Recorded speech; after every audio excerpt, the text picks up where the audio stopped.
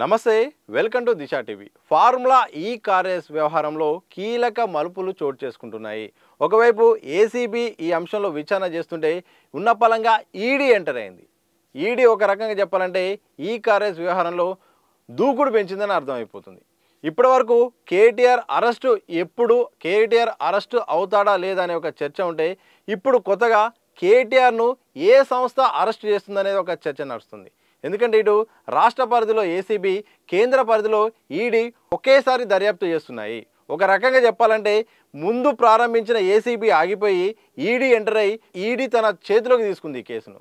ఎందుకంటే ఏసీబీకి కూడా ఒక కండిషన్స్ అడ్డు వచ్చాయి. ఏసీబీ అరెస్టు చేస్తున్నారు, నోటీసులు అందించబోతున్నారు, ఇక త్వరలో కేటీఆర్ అరెస్టు అనే వార్తలు వచ్చిన నేపథ్యంలో కేటీఆర్ కోర్టుకు వెళ్ళడం, డిసెంబర్ 31 లోపు ఎలాంటి అరెస్టు చేయొద్దంటే కూడా హైకోర్టు చెప్పడంతో ఇక ఒకసారిగా ఏసీబీ ఆగిపోవాల్సి వచ్చింది. ఈలోపు ఈడీ ఎంటర్ అయింది. అంటే ఒక రకంగా చెప్పాలంటే సామెత ప్రకారము ముందొచ్చిన చెవుల కంటే వెనుకొచ్చిన కొమ్ములకే వాడి ఎక్కువ అన్నట్టుగా ఈడీ తీరు కొనసాగుతుంది. ఈడీ ఏకంగా ఎప్పుడైతే ఏసీబీ ఎఫ్ఐఆర్ నమోదు చేయగానే A1, A2, A3 అని ముగ్గురు పేరు నమోదు చేయగానే ఉన్నపలంగా ఈడీ ఎంటర్ అయింది. సో A1గా కేటీఆర్, A2గా సీనియర్ ఐఏఎస్ అధికారి అరవింద్ కుమార్, ఇక బిఎల్ఎన్ రెడ్డిని A3గా చేర్చింది. సో వీళ్ళకు నోటీసులు ఇచ్చే నేపథ్యంలో హైకోర్టు నిబంధన కారణంగా విచారణ ఆగిపోవాల్సి వచ్చింది. ఈలోపుగా ఈడీ ఎంటర్ అయింది, ఏకంగా సమాన్లు పంపించింది. ఇక హాజరు కావాలి. జనవరి 2వ తారీఖు అరవింద్ కుమారు, జనవరి 3వ తారీఖు బిఎల్ఎన్ రెడ్డి, జనవరి 7వ తారీఖు మాజీ మంత్రి అలాగే BRS working president KTR ED విచారణకు రావాలని నోటీసులు ఇచ్చింది. సో ఈడీ స్పీడ్ చూస్తుంటే కూడా రాజకీయ వర్గాల్లో కూడా చాలా చర్చ నడుస్తుంది. ఆసక్తికరమైన అంశాలు కూడా తెరపైకి వస్తున్నాయి. ఒక రకంగా చెప్పాలంటే ఏసీబీ వర్సెస్ ఈడీగా కొనసాగుతుంది. ఇప్పటికే రాష్ట్ర ప్రభుత్వం అయితే ఏసీబీ పైన అంటే ఈ యొక్క కేసు ఏసీబీ పరిధిలోకి రావాలన్నట్టుగా ఏసీబీకి పూర్తి స్థాయిలో స్వేచ్ఛనిచ్చింది. కానీ దీంట్లో మనీ లాండరింగ్ సంబంధించిన వ్యవహారాలు ఉండడంతో అంతర్జాతీయంగా ఈ యొక్క మనీ ట్రాన్సాక్షన్స్ ఉండడంతో ఈడీ ఎంటర్ కావాల్సిన పరిస్థితి వచ్చింది. సో ఈడీ ఎంట్రీ పైన కూడా ఒక పెద్ద చర్చ నడుస్తుంది. ఎందుకంటే ఇప్పటికే కాంగ్రెస్ కానీ దేశంలో ప్రతిపక్షాలన్నీ కూడా ఈడీ అలాగే సిబిఐ, బీజేపీ కీలు బొమ్మలుగా ఉన్నాయి. ఈడీని వాడి రాజకీయ నాయకుల్ని భయపెట్టిస్తుంది, నిర్వీర్యం చేసే ప్రయత్నం చేస్తున్న ఆరోపణలు వస్తున్నాయి. సరే, ఈ ఆరోపణలు పక్క పెడితే ఇక అరెస్టు విషయంలో మాత్రం ఎవరు అరెస్ట్ చేస్తున్నారు? ఈ నోటీసుల వరకే ఆగిపోతుందా, లేకపోతే ఏసీబీ కంటే ముందే ఈడీ అరెస్ట్ చేయబోతుందా? ఈడీ ఎంట్రీకి బీజేపీకి ఏమైనా సంబంధం ఉందా? బీజేపీ అలాగే బీఆర్ఎస్ బంధం విషయంలో కూడా మళ్ళీ ఒక రకమైన చర్చ. సో చాలా అంశాలు ఈడీ వ్యవహరిస్తున్న తీరుపైన కూడా పెద్ద ఎత్తున చర్చ నడుస్తుంది. చూడాలి. మరోవైపు కూడా ఇప్పుడు రాజకీయంగా ఆరోపణలు కూడా కారణమవుతుంది. ఒక రకంగా ఈ కేసు అయితే ఏసీబీ దర్యాప్తు చేస్తుంది. కానీ హైకోర్టు డిసెంబర్ 31 వరకు ఆ రోజు ఇచ్చే తీర్పును బట్టి ఏసీబీ యొక్క దాని విచారణ ఆధారపడి ఉంటుంది. ఒకవేళ హైకోర్టు మళ్ళీ పొడిగించింది అనుకోండి, మళ్ళీ జనవరి మళ్ళీ ఒక 10 రోజుల వరకు ఏం చేయొద్దని చెప్పింది అనుకోండి, ఒకవేళ ఆ పిటిషన్ క్వాష్ కనుక చేస్తే మాత్రం ఏసీబీ దర్యాప్తు ఆగిపోతుంది. కానీ ఈడీ ఇప్పటికే సమన్లు జారీ చేసింది, నోటీసులు కూడా అందించేసింది, ఇక విచారణకు రావాల్సిందే అని కూడా చెప్పింది. ఇక కేటీఆర్ 7వ తారీఖు విచారణ రావాల్సిన పరిస్థితి వచ్చింది. సో ఇక రాజకీయ ఆరోపణల విషయానికి వద్దాం. ఇక ఉన్న పలంగా ఈడీ రావడంతో బీజేపీ బీఆర్ఎస్ మధ్య బంధం ఉంది. కావాలని రాష్ట్ర ఒక కేసును తగ్గించడానికే ఈడీ ఎంటర్ అయింది. బీఆర్ఎస్ను కాపాడడానికే బీజేపీ ఒక ఈడీని ప్రయోగించిందని కూడా కాంగ్రెస్ నేతల యొక్క ఆరోపణ. ఇక ఓవరాల్గా ఒక చర్చ ఏంటంటే ఇక 2వ స్థానం ఇప్పుడు రాష్ట్రంలో అధికారంలో కాంగ్రెస్ ఉంది.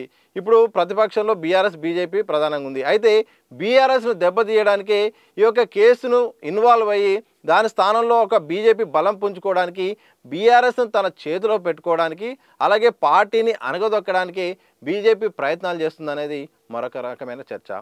ఇక బీఆర్ఎస్ వాదనకు వస్తే కాంగ్రెస్, బీజేపీ రెండు ఒక్కటే. రెండు పార్టీలు కావాలని బీఆర్ఎస్ను టార్గెట్ చేయడానికి ఒకవైపు ఏసీబీ, మరోవైపు ఈడీ రెండు ఎంటర్ అయ్యాయి. చూసారా, ఈ రెండు పార్టీలు ఒక్కటే. అందుకనే బీఆర్ఎస్ కేంద్రంగా మా నేతలను భయపెట్టడానికి ఉన్న పలంగా ఒకేసారి 2 దర్యాప్తు సంస్థలను ఉసుగొల్పి భయభ్రాంతులకు గురి చేసి అణగదొక్కే రాజకీయ కుట్ర జరుగుతుందని బీఆర్ఎస్ అంటుంది. ఇక ఒక్కొక్క అంటే 3 పార్టీల వాదన. ఇక బీజేపీ కామన్గా చెప్పేలాగానే మాకేం సంబంధం లేదు, చట్టం తన పని తాను చేసుకుంటూ పోతుంది, తప్పు ఎవరు చేస్తే వాళ్ళు దొరికిపోతారు, మాకు ఎలాంటి పార్టీకి ఎలాంటి సంబంధం లేదు, అది కాంగ్రెస్ అయినా బీఆర్ఎస్ అయినా వాళ్ళు తప్పు చేస్తే వాళ్ళే అనుభవిస్తారు, మాకు ఎలాంటి సంబంధం లేదు, తప్పు చేసిన వారు భయపడాలని కూడా బీజేపీ నేతలు అంటున్నారు. సో మొత్తంగా ఈడీ వ్యవహరిస్తున్న తీరుపైన, ఈడీ వ్యవహరిస్తున్న దూకుడు పైన కూడా ఒక్కసారిగా ఈ కేసు మలుపులు తిరుగుతుంది, చర్చనీయాంశం అవుతుంది. రాజకీయ వర్గాల్లో జోరుగా ఈ అంశంపై ఎక్కువగా మాట్లాడుకునే పరిస్థితి వస్తుంది. అంటే అరెస్టు ఒకవైపు ఏసీబీ అరెస్ట్ అనే కోణం నుండి ఏకంగా ఈడీ ఎంట్రీ తర్వాత ఈ కేసు ఎటువైపు మలుపులు తిరగబోతుంది, మరి ఆగిపోతుందా? బీఆర్ఎస్ బీజేపీ యొక్క సయోధ్య కూరి వాళ్ళ చేతిలో ఉండి ఈ కేసు అక్కడి వరకే ఆగిపోయి కాంప్రమైజ్ అయ్యే అవకాశం ఉందా? లేకపోతే బీఆర్ఎస్ను దెబ్బతీయడానికి బీజేపీ కేసును వాడుకొని ఈడీ ప్రయోగించిందా? కాంగ్రెస్ ఒకవైపు కాంగ్రెస్ వర్షన్ కాంగ్రెస్ లాగానే ఉంది, ఒకవైపు ఏసీబీ ముందుకెళ్లాలంటే మాత్రం హైకోర్టు నిబంధనలు ఉన్నాయి. ఈడీకి ఎలాంటి నిబంధనలు లేకపోవడంతో దూకుడుగా వ్యవహరిస్తుంది. అది కూడా ఒక రకంగా ఈడీకి ప్లస్ అవుతుంటే రాష్ట్ర పరిధిలో ఏసీబీ మాత్రం ముందుకు పోలేని పరిస్థితి కనిపిస్తుంది. చూడాలి ఎలాంటి పరిణామాలు ఉంటాయి, ఈ కేసులో ఎలాంటి మలుపులు తిరుపులు ఉంటాయి, ఎటువైపు దారితీస్తుంది, రాజకీయ కోణంలో కేటీఆర్ కేంద్రంగా సాగుతున్న యొక్క విచారణ ఎటువైపు దారితీస్తుంది, ఒకవేళ రాజీ ధోరణికి వస్తుందా? చాలా అంశాలు ఉన్నాయి. ఏదైనప్పటికీ కూడా ఏసీబీ వర్సెస్ ఈడీగా చర్చ నడుస్తుంది. ఒకవైపు ఏసీబీ హైకోర్టు కారణంగా ఆగిపోతే ఈడీ మాత్రం ముందుకెళ్తుంది. ఈ విచారణ అనేది నోటీసుల విచారణ వరకు ఆగిపోతుందా, లేకపోతే తర్వాత ఈడీ అరెస్టులు ఉంటాయా? ఏసీబీ కంటే ఈడీనే ముందు కేటీఆర్ని కానీ A1, A2, A3గా ఉన్న ముగ్గురిని కూడా అరెస్ట్ చేస్తుందా?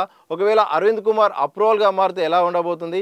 కేటీఆర్ క్వాష్ పిటిషన్లో చేసిన అంశాలు ఎటుపోతాయి, నాకేం సంబంధం లేదంటూ ఆయన కూడా అన్నారు, అది ఎటుపోతుంది? ఇలా ఎన్నో చిక్కుముళ్ళు ఎన్నో ప్రశ్నలు ఉన్నాయి. ఈ కేసు చుట్టూ కూడా 55 కోట్ల వ్యవహారం కనుక అమౌంట్ రాజకీయ పరంగా అమౌంట్ ఇది చిన్నగానే అయినప్పటికీ కూడా దీనిపై అంటే ఆ యొక్క ట్రాన్సాక్షన్ చుట్టూ సాగుతున్నది మాత్రం పెద్దగా మారిపోయింది. ఎందుకంటే ఒకవైపు ఎన్నికల కోడ్, మరోవైపు ఆర్థిక శాఖ అనుమతి లేకపోవడం, క్యాబినెట్ ఆమోదం లేకపోవడం, ఆర్బీఐ నిబంధనలకు వ్యతిరేకంగా కూడా ఆ డబ్బును విదేశీ కంపెనీలకు మళ్లించారనే ఆరోపణ పెద్ద ఎత్తున వినిపించడంతో ఇటు ఈడీ ఎంటర్ అయింది.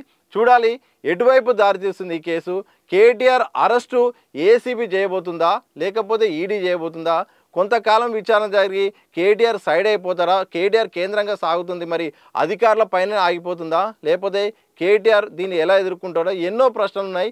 అవన్నీ ప్రశ్నలు తెలవాలంటే హైకోర్టు రేపు 31వ తారీఖు ఇచ్చే తీర్పును బట్టి ఉంటుంది. మరోవైపు ఈడీ వ్యవహరిస్తున్న తీరు పైన కూడా ఈ యొక్క కేసు భవితమయ్యేది మాత్రం తెలియనుంది.